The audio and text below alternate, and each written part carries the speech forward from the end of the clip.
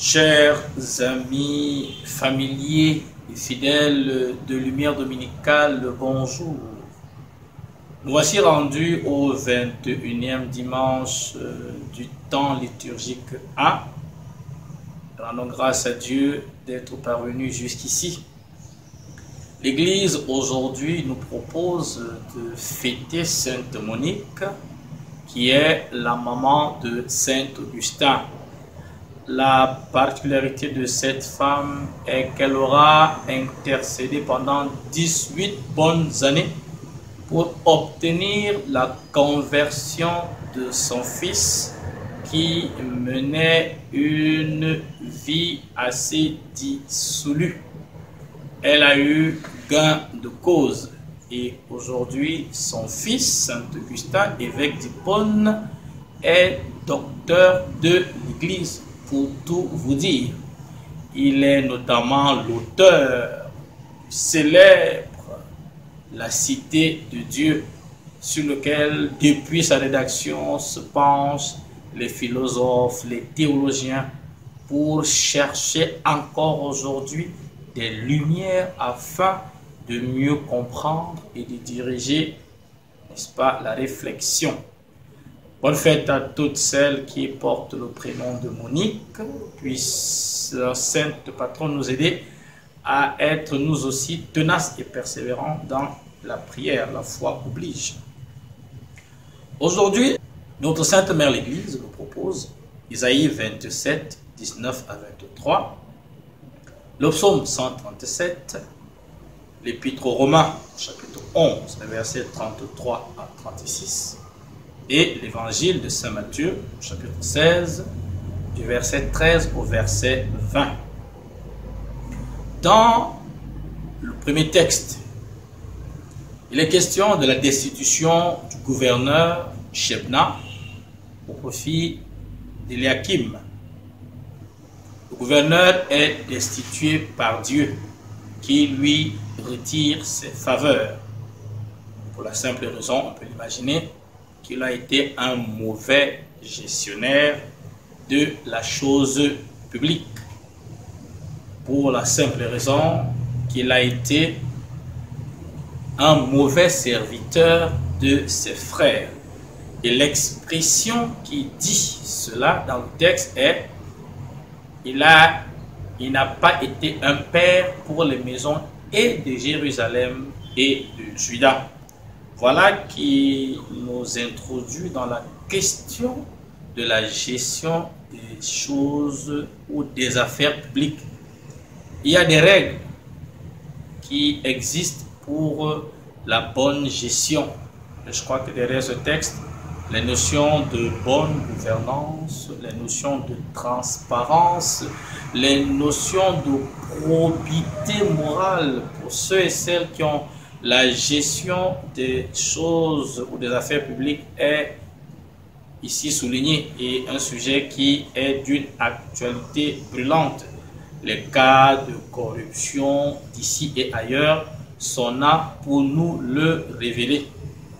Oui, Dieu ne sera jamais du côté de ceux qui prennent la corruption et tous ces moyens-là pour pouvoir asservir et non pas servir le peuple, qui au lieu de servir, se servent. Le Seigneur nous rappelle qu'il reste le garant, n'est-ce pas, de la gestion de la cité, on va dire ça comme ça. Au jour d'aujourd'hui, il est important que chacun se demande, puisqu'on a tous une part de responsabilité, eh bien, comment est-ce que je gère cette dynamique? C'est en lien avec la foi qui est la nôtre. Si je professe que je suis chrétien, si je professe que je suis enfant de Dieu, alors je me dois de gérer les responsables ou les affaires humaines en lien avec les exigences de la foi. Voilà le fameux débat qui, depuis la nuit des temps, existe, foi et politique. Peut-on faire de la politique et être profondément croyant en Dieu? La réponse est oui, car, rappelons-le, la politique restera et devra rester un mode de gestion des affaires humaines. Et par conséquent, l'homme de foi doit s'y intéresser. Donc en fait, le gouverneur aura appris à ses dépens qu'on ne peut pas impunément et indéfiniment se moquer de Dieu en transgressant les règles basiques du bien commun. Oui, c'est de ça qu'il est question. Quand je reçois un ordre, une responsabilité ou un poste, eh bien que je sache que c'est un service que j'ai à rendre et que je le fasse selon les règles de l'art. Autrement, les sanctions suivent et elles suivent toujours, peu importe le temps. Vous auriez dit aujourd'hui, actualité oblige, aux successeurs de sans publicité aucune, la firme Samsung, le voilà qui écope de 5 années de prison pour des faits de corruption, d'abus de pouvoir. Comme quoi, ce texte vieux de plusieurs millénaires est d'une actualité brûlante. Donc, apprenons à gérer selon les règles de justice. Mettons-nous au service des autres et Dieu sera toujours de notre côté. C'est également ce que va rappeler le psalmiste qui demande, n'est-ce pas, et invite à la soumission au Seigneur. Cela dit, nous sommes invités tous les jours à nous le rappeler, n'est-ce pas? Nous qui sommes serviteurs, le message s'adresse autant aux croyants qu'à ceux qui pourraient ne pas l'être. Nous devons être soumis à Dieu. Quand tout à l'heure j'ai évoqué à dessein la cité de Dieu écrite par Saint Augustin, c'était pour rappeler, Saint Augustin le disait déjà, l'histoire des hommes est entre les mains de Dieu. L'histoire de l'humanité est entre les mains de Dieu. Elle ne se déroule pas en dehors du projet divin. Elle ne se déroule pas en dehors du plan de Dieu.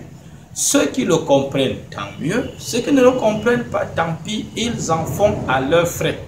Tous les systèmes politiques, depuis la nuit des temps, qui se sont levés contre l'homme et l'Église, se sont cassés le nez, se cassent le nez et se casseront encore le nez.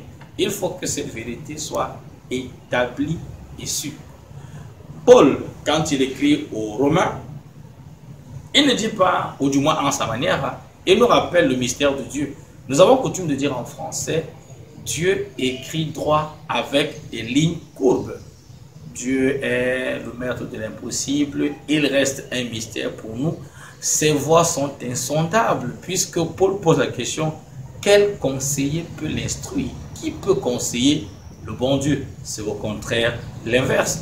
Pour, je crois, nous inviter à l'humilité dans nos envolées parfois orgueilleuses. Je crois que derrière, Paul invite tous ceux et celles gestionnaires de quelque bord qu'ils soient à l'humilité, à savoir aussi qu'il faille rendre des comptes. Oui, la gestion du bien public a pour règle la capacité à rendre des comptes qui soient transparents, des comptes qui soient fiables et fiables. Cela dit, mon cher frère, ma chère sœur, dans cette belle optique, oui, l'humilité nous permet de rester dans le plan de Dieu, toute proportion gardée. On dit, on ne se prend pas la tête inutilement. Que lorsque j'ai une responsabilité, que ce soit sur le plan civil ou sur le plan ecclésial, que je le fasse simplement comme ce gestionnaire des talents qui rendra compte. Et lorsque le Seigneur estime que j'ai rendu service et que la communauté a suffisamment bénéficié de ce pourquoi j'étais là, que je n'hésite pas à passer le relais. L'évangile est une scène assez célèbre. C'est à Césarée. On connaît la profession de Pierre qui est précédée d'un sondage de la part du Christ, qui est précédée d'une question en fait personnelle. Après la profession de Pierre, il y a une attribution. d'une responsabilité et suivi de promesses.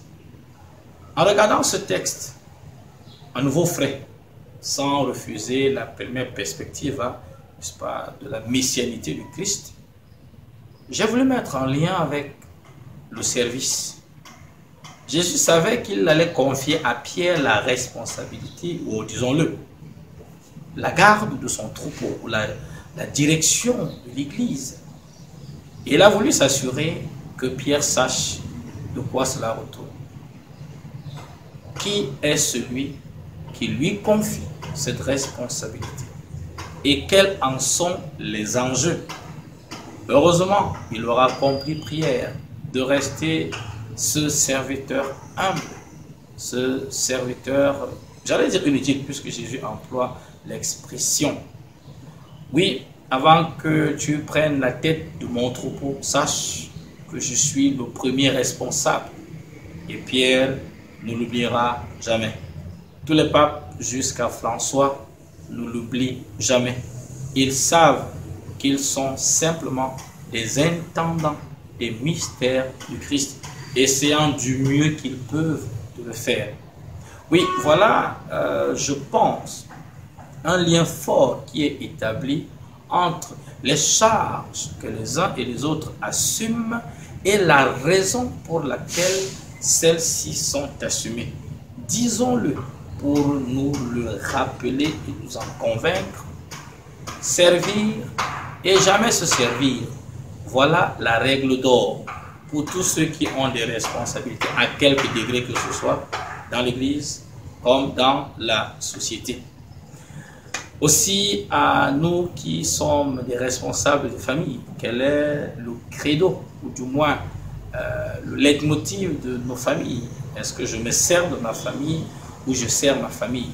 Est-ce que je me sers de l'Église pour assouvir mes instincts égoïstes ou je sers l'Église?